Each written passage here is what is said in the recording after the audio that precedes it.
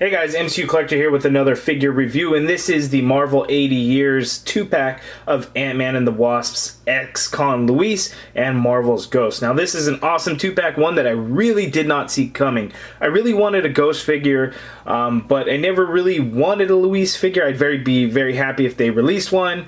But it's not something that was screaming out to me. You know, you want the villains, you want the heroes, of course, and then any additional characters beyond that, sure. But we got to get the villain first. This 2-pack brings us the best of both worlds. We get the villain from the movie, and then we get Luis. How cool is that? That's pretty awesome. So we'll get right to it. We have the Ant-Man and the Wasp logo here. You can see it's ex-Con Luis because he is in his ex-Con suit, I guess you would call it. And then we have Ghost, Ava, Starr. So really awesome 2-pack. If you guys watched the Hasbro Marvel Legends panel from San Diego Comic-Con, Dwight Stahl had mentioned something about how the technology has been improving and has been changing. So the digital print technology keeps getting better, right? You know, it's not always a hit every time, you know, but in this particular case, with both the Luis and the Ava Starr Ghost head sculpt, they are some of the best that Hasbro's ever done, and he actually used these two as an example of how good they could possibly be. If you guys follow me on Instagram, you know that I posted one. Everyone was doing the face app thing and doing the old, making yourself look old. I did that to these ones, and I thought it was pretty funny. But they're two awesome head sculpts, and I'm really happy to have this 2-pack. So here on the side, we get the promotional artwork of Ghost. Here on the other side, we get the promotional artwork of Michael Pena, and that, to me, doesn't really scream Luis, it just screams Michael Pena. So just kind of interesting here. We have a look at the back of the package. We get the movie poster for Ant-Man and the Wasp. Somebody actually on Instagram just kind of pointed out to me that Michael Douglas has been removed from this image. Now, why those things are happening, I have no idea, but it must be because of some kind of merch deal or something going on with these contracts with these actors where they can't be portrayed on the packaging of merchandise, is what I would gather and assume. I could be wrong, I don't know, but it is interesting that Michael Douglas is not in that image. But anyway, we'll keep going. Let's take a look at the bio for Luis and Ghost. Ex-Con Luis, the best friend of Scott Lang, also known as Ant-Man. Luis is a fast-talking, wisecracking former thief. After he, Scott, and two of their other friends are hired to help Hank Pym steal his own technology, the group bands together to form their own company, Ex-Con Security Consultants. Pretty awesome. Marvel's Ghost. Ava Starr gained the ability to become intangible after a quantum accident. She began working for S.H.I.E.L.D. at a young age, under the codename Ghost. Years later, she realizes that she is slowly dying and makes plans to harness the energy of the quantum realm, putting her into direct conflict with Hank Pym, Hope Van Dyne, and Scott Lang. So pretty interesting. There is the 2-pack. Look at how awesome those are. Let's get this thing opened up. Okay, and here are the Luis and Ghost figures out of the package. And what a very fun 2-pack that this is, because we get Luis. That's so awesome. But it is also a little disappointing because this figure actually uses the old suited body mold that was like with Coulson, Banner, which is difficult because it's hard to get to stand up. The legs are kind of thin. So it makes it difficult. Now, this Luis figure does have new shoes, and we'll show that off a little bit later, so it helps stabilize him a little bit, but because the feet can't really hinge up too much, it's difficult to get him to stand. Like, he's fallen down a couple of times, and I've had to kind of reshoot this, so that's kind of a difficult thing. The highlight in this 2-pack is really the Ghost figure. Really awesome figure, but I do have a little gripe with it. And talking about the accessories, though, the unmasked head sculpt, see, there he goes. The unmasked head sculpt is awesome. And then we also get kind of the cowl or the hood that goes back, you know, as she has her face exposed. We get this giant ant, which is cool because, you know, any Ant-Man pack should have a giant ant, in my opinion. He never came with one, so we got one with Ghost and Luis. And it's okay. There's nothing, you know, super spectacular about it. It's pretty generic. You know, it's just black with a little bit of brown, and then the body itself looks pretty cheap. Like the leg piece is a separate piece from the body and just glued on there. So it's not realistic looking at all, but it's a nice touch that we actually got something like that, because Ant-Man never did. But the really cool accessory is the lab, the portable lab. How awesome is that? I like how they kind of dirtied it up in the front too. You know, like the building kind of looked old and kind of run down and abandoned looking. The sculpt of it is quite nice. Unfortunately, there are no wheels, so it does not actually have wheels, so it's not going to actually be wheeling anywhere. But the pull handle does go down a little bit, and so not all the way. It goes down that far, and then goes up to that height. So that's pretty cool that it actually has that feature. Had it gone down all the way, it would have been even better, but I think that's because of the actual size versus how high the handle can go. But still pretty cool. First, let's look at the Luiz figure, get him out of the way, because we're going to focus more on the Ghost. Okay, so here's a close-up of Luiz, and looking at that head sculpt, God, doesn't that just look good?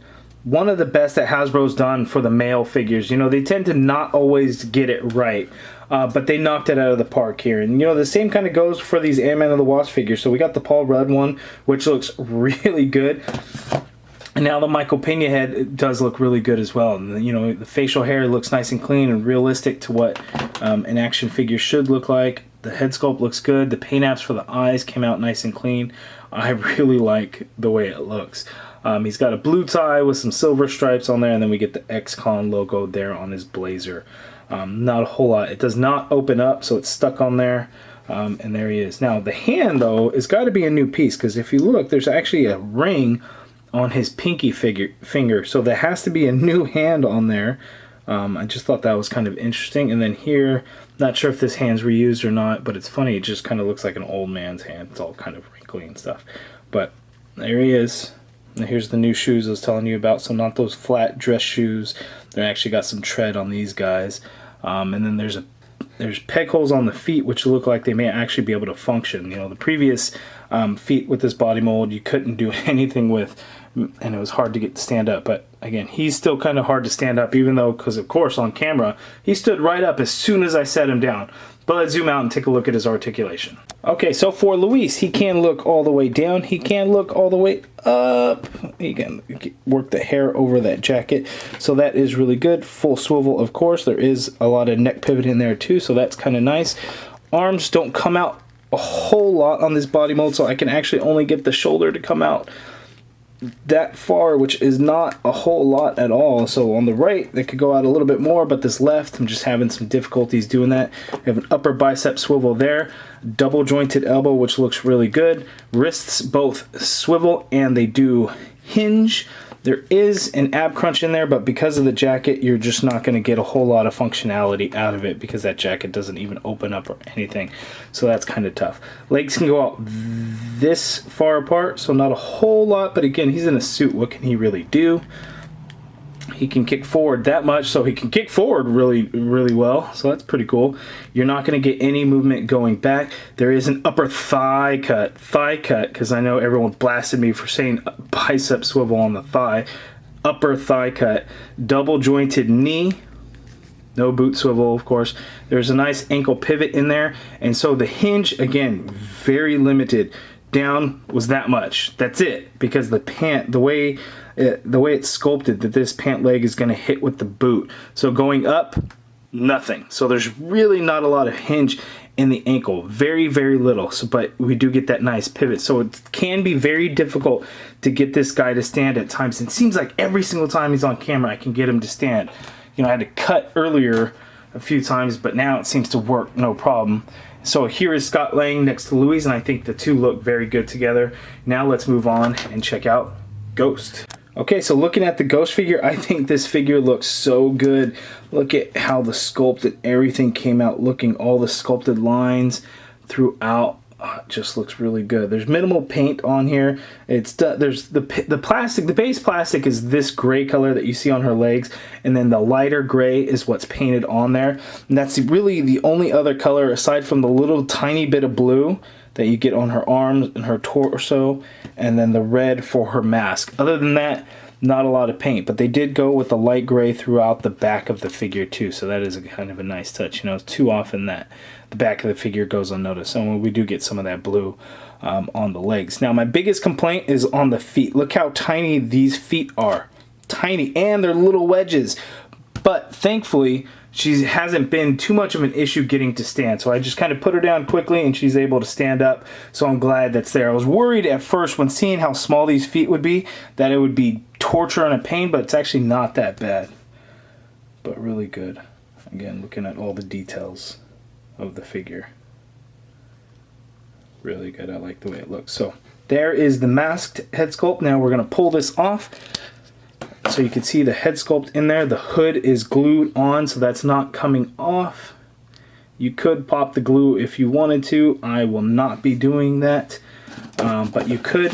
Then we get this hood piece, which is kind of nice. It has the nice same color scheme, nice wrinkles to it, and you can see that it's kind of off to the side, so it's not like a perfect hood that was dropped down, so I kind of like it. It makes it a little bit more realistic in my opinion. So we just set that over the neck peg, and then we get the head sculpt of Ava Starr, or John Hannah Kamen. I don't forget her last name.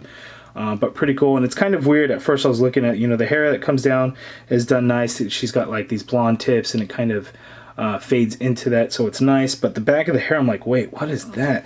But that's because it's actually still going to be stuffed into the hood, so it really makes sense.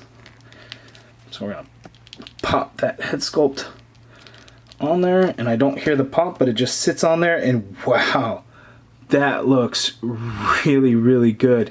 And now that I'm looking at it on camera, and I got a whole lot of bright light on there, for whatever reason, I have one bright strip along her forehead. So that's not the whole thing. There just seems to be like a line of shinier paint that's added to her forehead. So that's kind of weird, kind of funky.